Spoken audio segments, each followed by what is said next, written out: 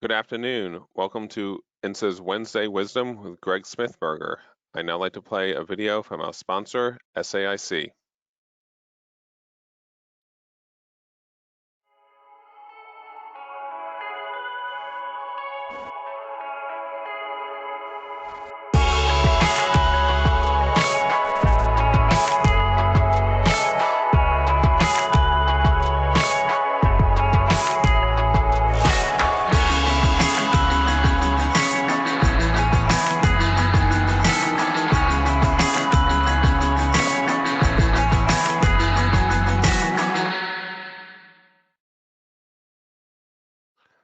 I'd now like to introduce INSA Executive Vice President, John Doyen. Good afternoon, and thank you for joining us today. We're pleased to host one of our community's top leaders this afternoon. But first, before we begin, a few housekeeping notes. We hope to make this as interactive as possible, so if you have questions, please submit them through the Q&A box on the right side of your screen. Also, we're pleased to welcome members of the press to the call today, so this is a reminder that this program is on the record. And finally, we'd like to thank our sponsor, SAIC, for their critical support of this program. We simply could not deliver this kind of premier programming without the support of our partners. Now I'm pleased to welcome Chris Richmond, Account Executive for SAIC's National Intelligence Community Operations, who will introduce our speaker. Chris? Thank you, John. I would like to thank INSA for hosting today's program. These events are important to keep our community connected by fostering much needed information between the private and public sector.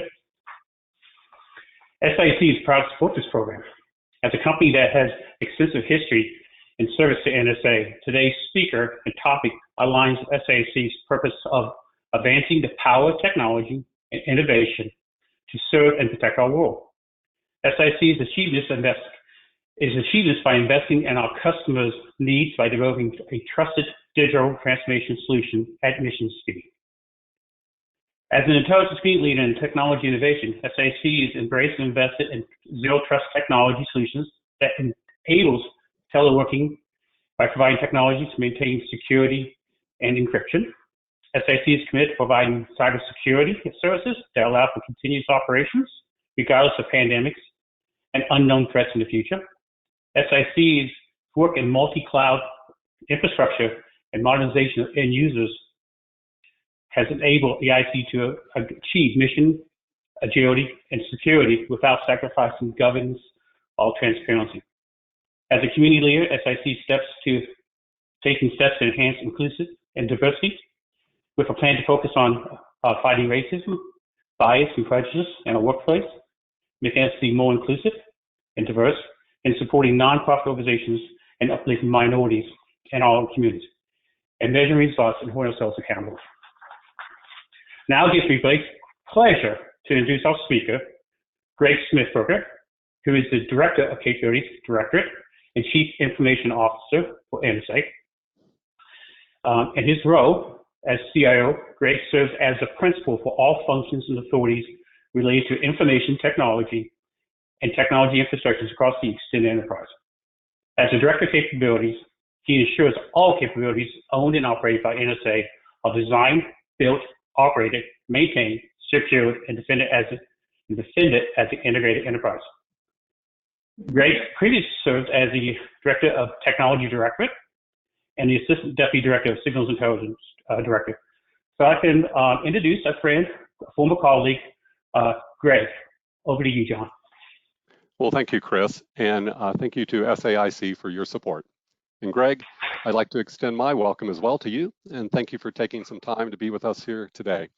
And to kick things off and to help frame our discussion, can you tell us about the scope and mission of NSA's Directorate of Capabilities and what the biggest challenges are that you face? Certainly, John. So NSA has two primary missions. Our foreign intelligence mission is signals intelligence to penetrate the sensitive networks and communications of our adversaries, to understand what their plans, intentions, and current activities are, and to get those insights to US policymakers, to military commanders, to cyber defenders, to our allies, and to do all of that rapidly enough that we can influence their decisions. If we're too slow, we're providing history, we're not providing actionable intelligence. And the goal is to help to inform the decision makers so they can do the right thing at the right time and really minimize unintended consequences and adverse consequences for the US and our allies. So signals intelligence on the one hand, NSA's other mission is cybersecurity. And we play a special role in protecting the national security systems of the US government.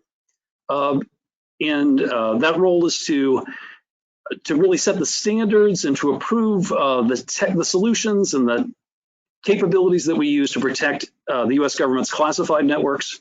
But we also provide more general cybersecurity advice to US network defenders and to our allies. And we inform network defenders by taking advantage of what we learn from our intelligence accesses about what cyber actors are doing and intending to do, and ensuring that that information gets to those network defenders of all sorts. So NSA plays a couple of roles. Both of those missions are very complex. And both of those missions involve dealing with a large volume, variety and velocity of data, okay, and it's sort of coming in from NSA sources, from other intelligence community sources, from allies around the world. And our role is to try to, again, fuse all this information very, very rapidly. So obviously, if we're going to be able to work fast enough to be able to inform decision makers, who are, in combat or defending a network against a current onslaught, we can't work at human speed. We have to have a lot of technology that underpins all of these missions. So the Capabilities Directorate is responsible for building, operating, securing, defending all the mission technology that underpins both our signals intelligence mission and our cybersecurity mission. But in addition to that, we also provide all the enterprise IT, the networks, the desktops, the collaboration capabilities, and we also provide the business and administrative systems for NSA. So global mission, lots of technology, everything from very exotic, one-of-a-kind things that we build for NSA to very pedestrian email and chat and video conferencing capabilities like we're using today. So a pretty broad-ranging mission. Wow, that is pretty broad-ranging. Let me ask you then, thinking about what is most important to do on any given day. What are the top priorities that the directorate is working? And as you talk about your top priorities, have they shifted at all with the pandemic the last number of months? So some of our priorities have changed, but most of them have not. We need to keep this very complex global mission up and running 24/7. And again, the flow of data is sort of relentless, and we need to keep up with that. In spite of the pandemic, we've actually pushed ahead with our highest priority strategic initiatives. So I'll talk about a couple of those. And I think some of those may play into other topics you want to talk about. So NSA's been on a journey for the last 10, 15 years to break down all the internal stovepipes. So a decade ago, every different type of collection that NSA brought in, every type of data, would have its own processing capabilities, it have its own analytic environment. And as you well know from your previous roles, a decade ago, analysts at NSA would spend half their day trying to find data related to their target, their problem set in these various spaces and trying to put it together. So we began a journey to develop what is now called the ICG Cloud. And the whole point is to bring all of the data associated with NSA's mission from all sources into one big data environment, a high performance data discovery, data fusion, data sharing, information sharing environment that really brings the power of technology to bear to support the humans. So we're leveraging big data analytics, machine learning, automation of various sorts to help the humans be able to look at all of those sources in a very efficient way to triage large volumes of data, to put the pieces of the puzzle together very rapidly, to deal with a wide variety of different languages and different types of data, and again, to do all that very, very quickly. So that's what the ICG Cloud, what we now call the ICG Cloud, was all about. Originally built just to be able to do the NSA mission at scale, at speed, effectively and efficiently. And over those last 10 years, we've systematically shut down all the legacy capabilities, and we're sort of all in this environment. And there's only, and even in spite of the pandemic, we've sort of completed some of the last stages of that, and we're setting ourselves up for the last remaining piece of NSA's mission to be incorporated into that. So that's one of those things we've been doing, is continuing that journey and getting rid of the legacy. The next thing we've been doing over the last 5 years in particular is making that ICG Cloud environment available to the intelligence community as a shared asset. So not just NSA analysts can take advantage of that technology, but analysts and targeteers from across the community, both leveraging NSA data and leveraging data from other intelligence agencies who choose to host their data in this very unique environment, so we can rapidly fuse data together. And we've had some really great success doing high-speed fusion of data across agencies to solve very specific high-priority problems. Really being able to operate effectively as a community at a speed that we would not have been able to without leveraging GovCloud. So we've continued to make even new capabilities available to the IC over the last 5 or 6 months. And a big thing that I'm sure we're going to talk more about is that we've been moving to integrate both unclassified and classified commercial cloud services into NSA's core missions, both signals intelligence and cybersecurity. And of course, motivated by COVID-19, we've been looking hard at our less sensitive missions, those things which can sensibly be done at an unclassified level, pushing more of them into a protected low side, protected unclassified environment, and creating new capabilities for NSA employees and our industry partners to telework into that protected environment and work from home, which is something that was only rarely done prior to COVID-19. So those are just a few of the things that we've been working on. Wow. Yeah, that makes me think I saw one of the questions we received already ahead of the program was asking about developing software in an unclassified context. Could you talk about how software development supporting mission at NSA could be done more off-site? So off-site is one thing, unclassified is something else. Where do you want to start? How about, well, let's start with unclassified and off-site, where perhaps you could have foundational work done for software development, where you could take advantage of vendors and companies who have a larger sense of uncleared people who can do the work, and then you can transport it or you can shift it over into classified applications as part of the process after initial development. So this is actually a journey that the Capabilities Directorate's been on for about 4 years now. So shortly after the Directorate stood up after our last reorganization, we took a hard look at what we were doing. And it's the NSA culture, since the vast majority of our work is highly classified. By default, we operate on our top secret network. That's sort of where we're most at home. And we hadn't always thought about whether there were pieces of that that really could be done at a less classified level, because there didn't seem to be much of a barrier to entry when we were all going to be going to our offices and working on a high-side network, and our corporate partners were all going to be working on a top secret network with us. But we started looking at, particularly when the community started making classified versions of commercial cloud capabilities, starting with C2S, available to us. That sort of changed some mindsets, that if in fact we had some capabilities like that available in our classified environments, we should start developing in a native way from them. We should start developing, leveraging open source software where it makes sense. NSA is also a contributor to the open source community. Come back to that maybe. But we started looking at what we did and we said, well, there are pieces of this that are truly very classified and will always remain so. But there are other more foundational pieces which don't need to be classified if we separate them from the sensitive pieces. So we developed a very protected low-side development environment in commercial cloud services, but we wrapped lots of security around it.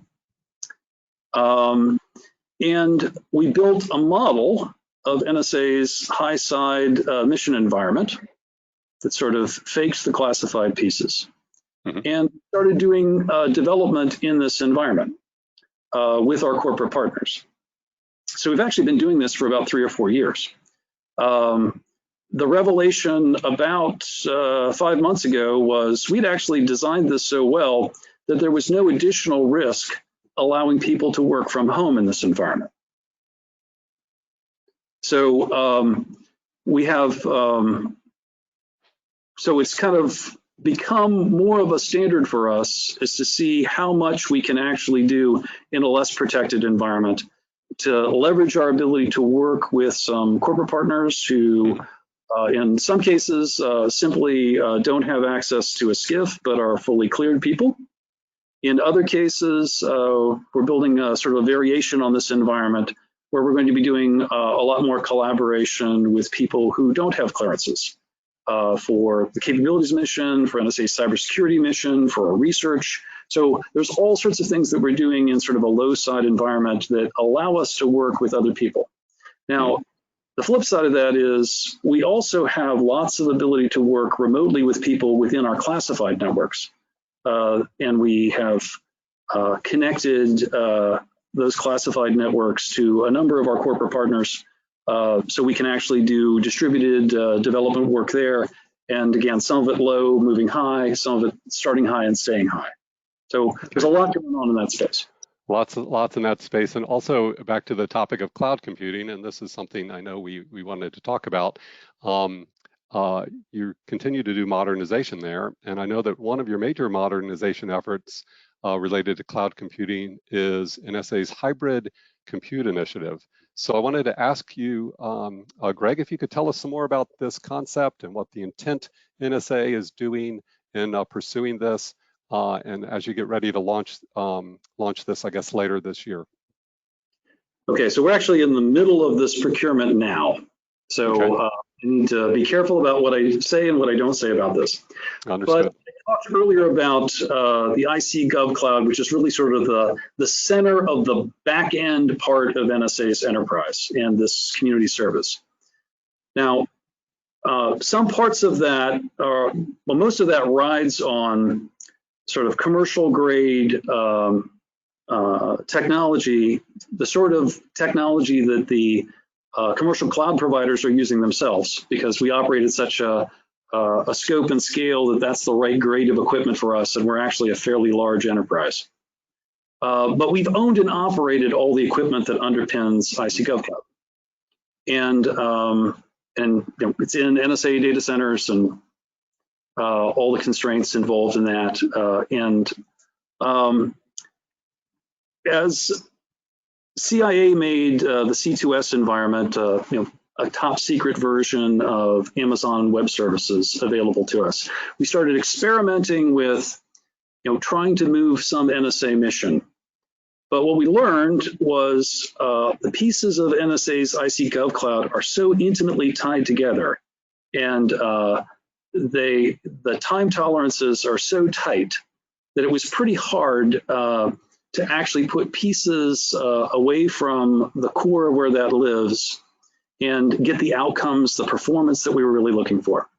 So essentially what the Hybrid Compute Initiative is all about is creating the right partnerships with industry so we can build the next generation of ICG Cloud on top of classified cloud services, but we're doing bulk buys and working with the vendors to be able to optimize so that capacity and scalability is delivered exactly where we need it, given the way the NSA enterprise is laid out. So part of it's a bulk buy of classified commercial cloud, so we can then ride the technology improvements that those vendors make, and as we continue to build that IC Gov Cloud capability on top of that.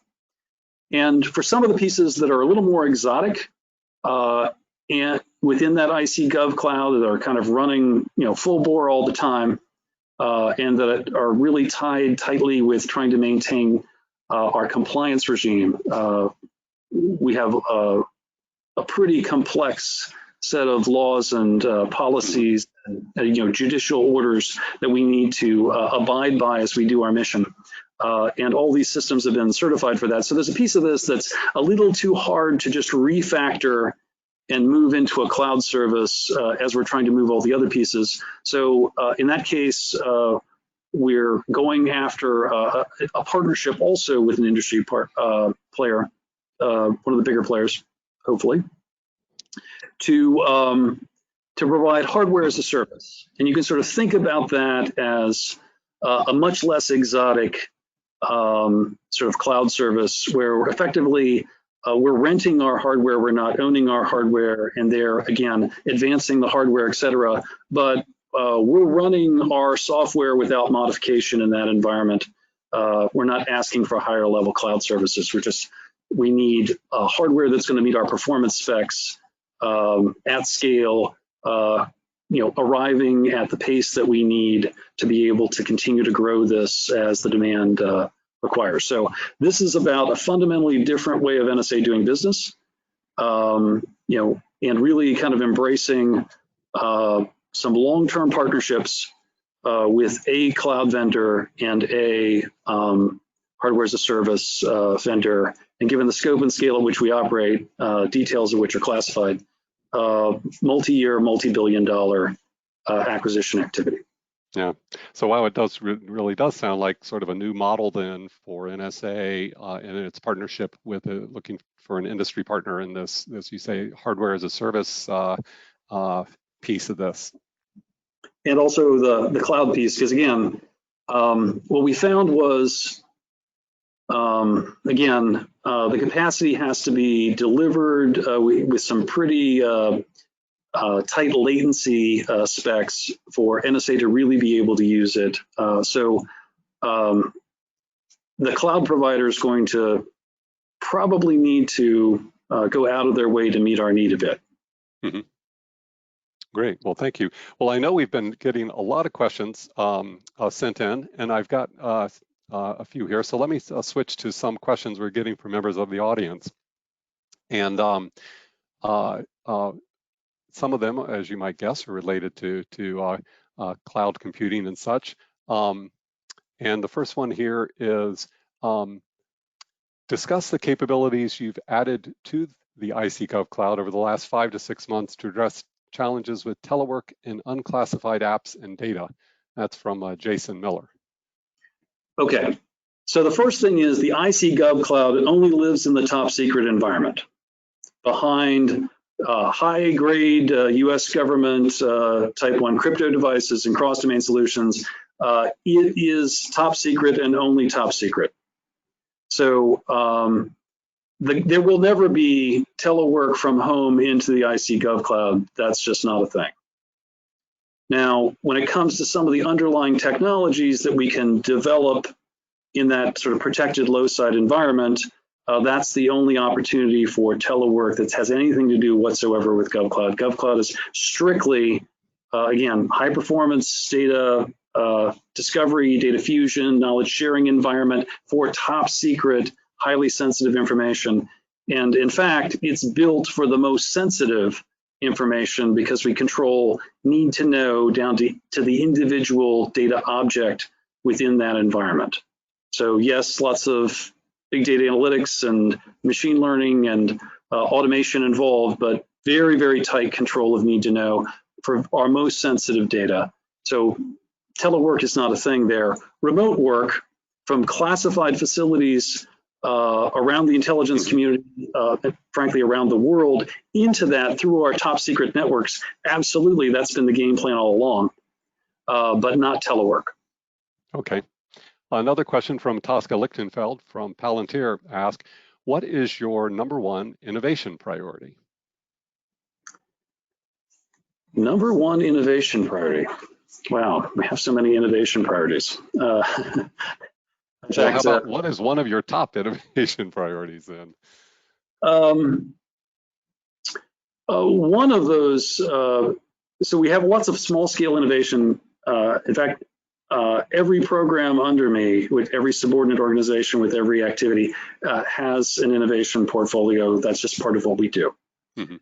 But one of the bigger things that we're doing to try to enable teamwork in a different way, kind of across the board, and not just locally, but across the board, is we're bringing Microsoft Office 365 into our environment at all classification levels. Mm-hmm. So we've started a partnership with Microsoft and the intelligence community about 3 or 4 years ago, where NSA is the sponsor to bring Office 365 into the top secret world. But the community, NSA, as well as the Department of Defense and many other parts of the community, are also leveraging unclassified versions of Office 365 right now to enable teamwork in a different way. And the people who've been experimenting in that environment are finding that collaboration is just a little easier than what we've been able to do in the classic NSA and government network sense.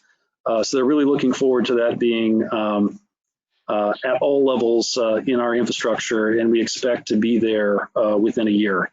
And we're creating some new environments, again, I alluded to some of this earlier, with both compute and collaboration services to allow NSA to work virtually in an unclassified space with people who don't have clearances, to really open up our ability to engage on a broader front. So I think that's an innovation activity that's actually an enterprise-wide innovation activity that's getting a lot of buzz, and it will enable a lot of telework also. Okay. All right, we have another question from Kathy Koch with Eggplant Software, who asks, what are the AI and machine learning initiatives NSA has planned or underway? So what are you doing with machine learning and AI? Great question. So NSA's been really innovating in the AI and machine learning space for a dozen years. So we started really focused on human language. You know, we deal with voice, video, text in every sort of language you can imagine, every dialect you can imagine. That's just part of our mission. So, you know, enabling our people to get through that data efficiently and to find what they're looking for in our holdings efficiently was really what this was initially about.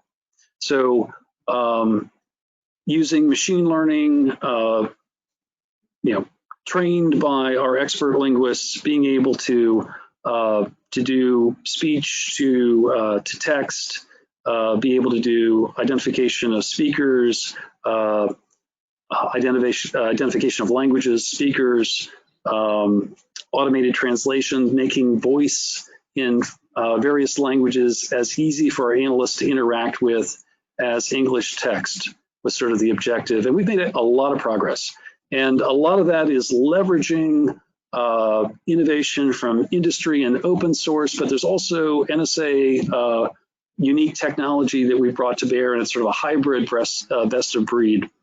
And then that was sort of one of our focal points for a lot of machine learning in particular. We sort of branched out then into video and images and other things as well.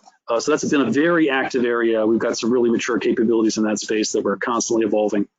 We've also been using AI and machine learning to help identify anomalies in the way our networks behave for cyber defense purposes, for service management purposes. So there's a lot of work that we're doing there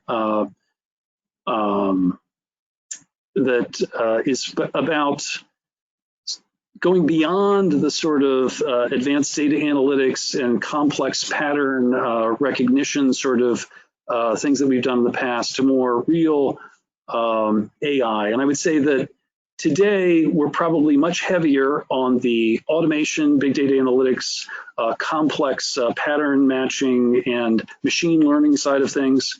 I think we're closer to the earlier stages of experimenting with true artificial intelligence, though our research directorate in particular is working on that hard. Capabilities is rushing into operations at large scale, all the innovations that we've created so far. So as you know, we're using these capabilities as we defend NSA's networks and look for and try to address insider and external threats. We're using it in our signals intelligence mission. Our cybersecurity directorate is talking to a lot of other people about how to leverage these sorts of capabilities.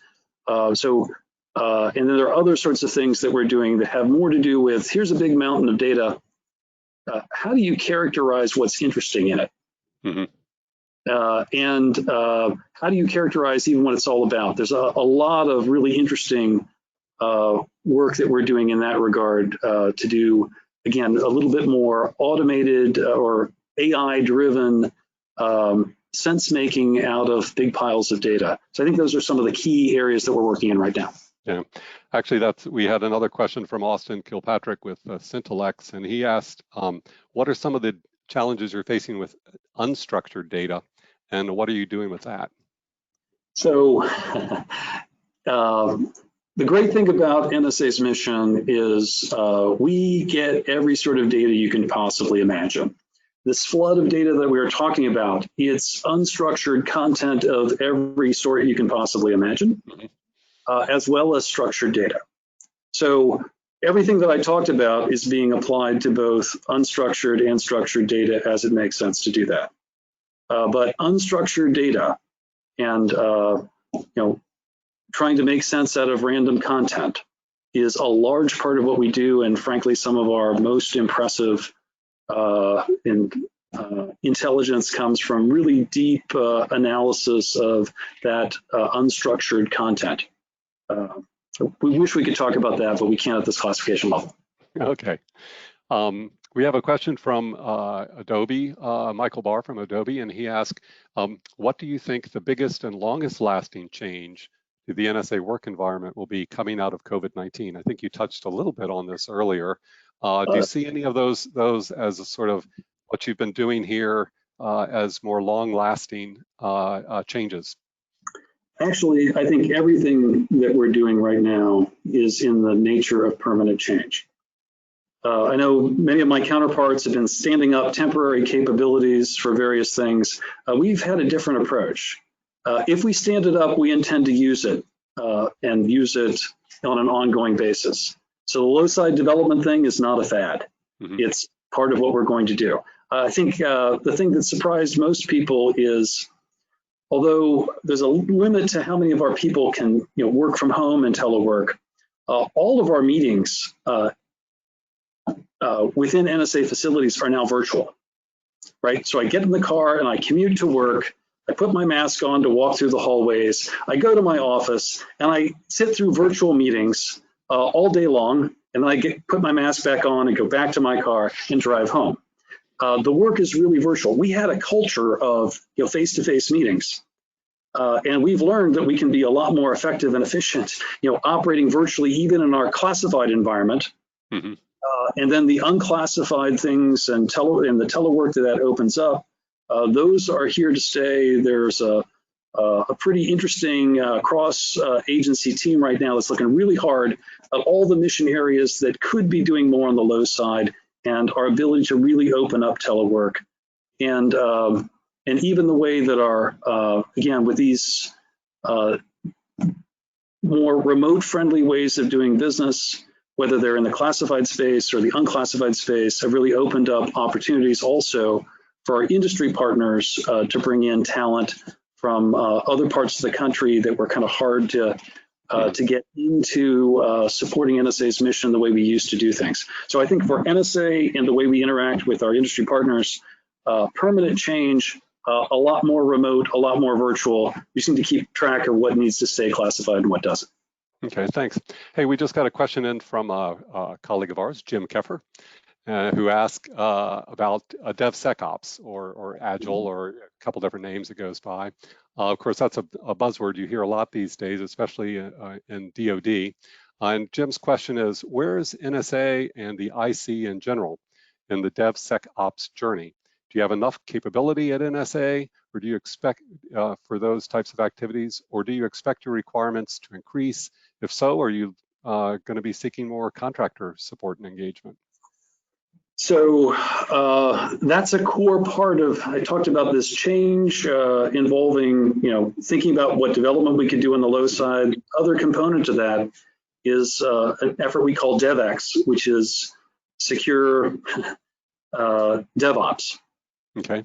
And both high side and low side for both what we have internal to NSA and what's hosted off-premise in classified and unclassified offerings. So it's a core part of the way we're doing business. I don't think we can ever have enough help in that, and certainly as we have various industry partners working with us on various developments, that's going to be a core part of what we do going forward. So our objective is for that, for an integrated environment along those lines to be sort of at the foundation of everything we do in the capabilities directorate. I think we're probably a third of the way through that journey right now, but we've got a really great foundation and a good team working on it, but there's still more to do. Okay. Hey, we have just a few minutes left, so we're going to try to go into what we could say a speed round here. So to start off, we'll see Betsy Meso ask, how do you balance the mission needs for agility, which may require new applications not built by NSA, with being highly secure? Great question. So we're trying to strike a balance. That's a lot of what our Secure the Enterprise initiative was about that I haven't talked much about, which is basically a philosophy, a set of monitoring and security capabilities, overlaying everything with the sort of philosophy that we don't need to fully trust any system in our environment. We don't need to fully trust any person in our environment. We have some checks and balances and ability to detect things that are going sideways. And with that sort of universally or uniformly deployed across our classified and unclassified networks, it actually gives us the ability to more rapidly integrate some things because we can watch them and control how they're managed in a different way. So that's a key part of this. Okay. Thanks. Hey, a question in from Tim Conway. He says, what can you say about how your team works with the new cybersecurity directorate, both now and looking into the future? Okay, so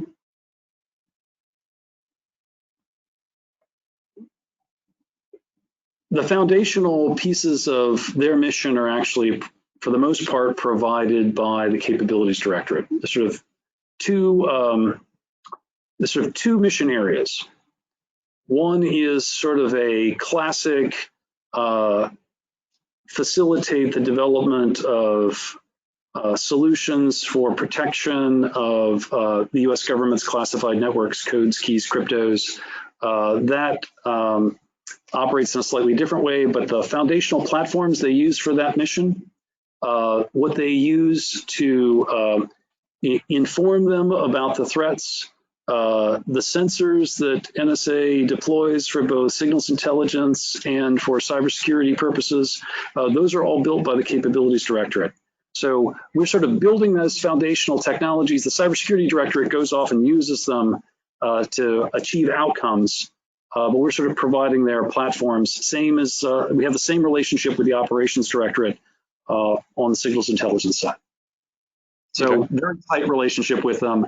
Also, one of our roles is to do a lot of deep analysis of technology to understand its vulnerabilities, and we share all that information very intimately with the cybersecurity directorate.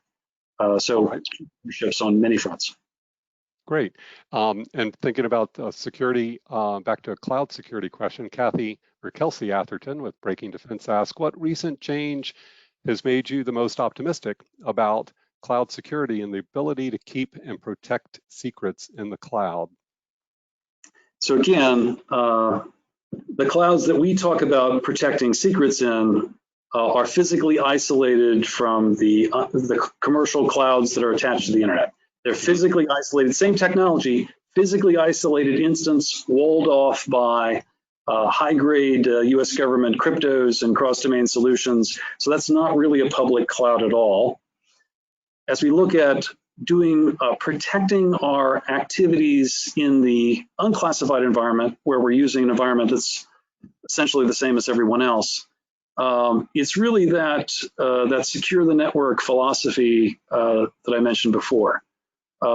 We think very carefully about how to achieve all those security outcomes and what we need to put in place to achieve them before we allow anything from a mission point of view to go on in that space. Mm-hmm. So I think the cartoon version of this, as I'm explaining commercial cloud capabilities to senior members of the US government, is first and foremost, the security provided by the cloud providers themselves is doing two things. It's protecting the cloud provider, and it's separating one customer from another. The minute you establish a tenant in that cloud service and connect that tenant to the internet, defending everything that goes on in that tenant is all on you. And thinking carefully about securing that in the same way you would if you were buying a network and standing it up yourself is kind of the key to success here. And again, there's a layered approach. It's not one single thing, it's a variety of different things that we're doing that gives us confidence that we think we can operate there. And even if we can't stop things, we think we can detect and react to them fast enough. Okay. And I think we have time for maybe one more question here. And let's see, this is from Tish Long, who says hello. And she says, again, back to the biggest challenges that you're working, Greg, how can industry help? How can, the INSA members help NSA tackle your biggest challenges? So I think one of our biggest challenges is, the technology on all fronts is just changing so fast, right? So the technology that industry is coming up with, the technology the US government wants to adopt, thinking about our cybersecurity and mission, and frankly, even NSA's capabilities mission, our adversaries are adapting new technology all the time. I think one of the key things is really to have a pretty open dialogue about, opportunities, those industry partners who know us well, not being shy about opportunities they see to do business in a slightly different way, not being shy about new technology they see on the horizon. We have some really great partnerships to really push bleeding edge technology forward, working in partnership with industry players. We're doing this constantly. I didn't talk about that much. So we're always looking for areas to invest there, even in the startup space where we have some contacts out there looking for interesting technology. But the other thing is, please watch carefully what is going through the Acquisition Resource Center, the very specific problems that NSA is working on right now, where we really are looking for industry players to come in and partner with us. The ARC is probably the place that I would always direct people to, but again, could be a little bit more precise in a classified setting, but I think those are the vague things that I'd say right now. Okay. Well, that wraps up our time with the questions, but I'll give you the last word. Greg, do you have any closing thoughts you'd like to share with us? So as I said, NSA's mission is rather complex, and one of the beautiful things about it is it's constantly changing. We have to keep moving forward just to maintain our current ground. We need to sprint to try to make any progress. And the smarter we can be in that process, the less exhausting it is. The partnerships with industry are absolutely vital. The partnerships that research has with the with academia and some of the startup companies, really critical to kind of fueling the constant small scale and large scale innovation that NSA must execute to stay alive. And I think that's really what keeps people at NSA for as long as I've been here, which is over 30 years, is the fact that it's constantly changing and there's always a new challenge. We're never done. So we welcome the partnership with industry. We couldn't do what we do without the help we get all day, every day. There's some particularly interesting challenges ahead. We're going to need help there.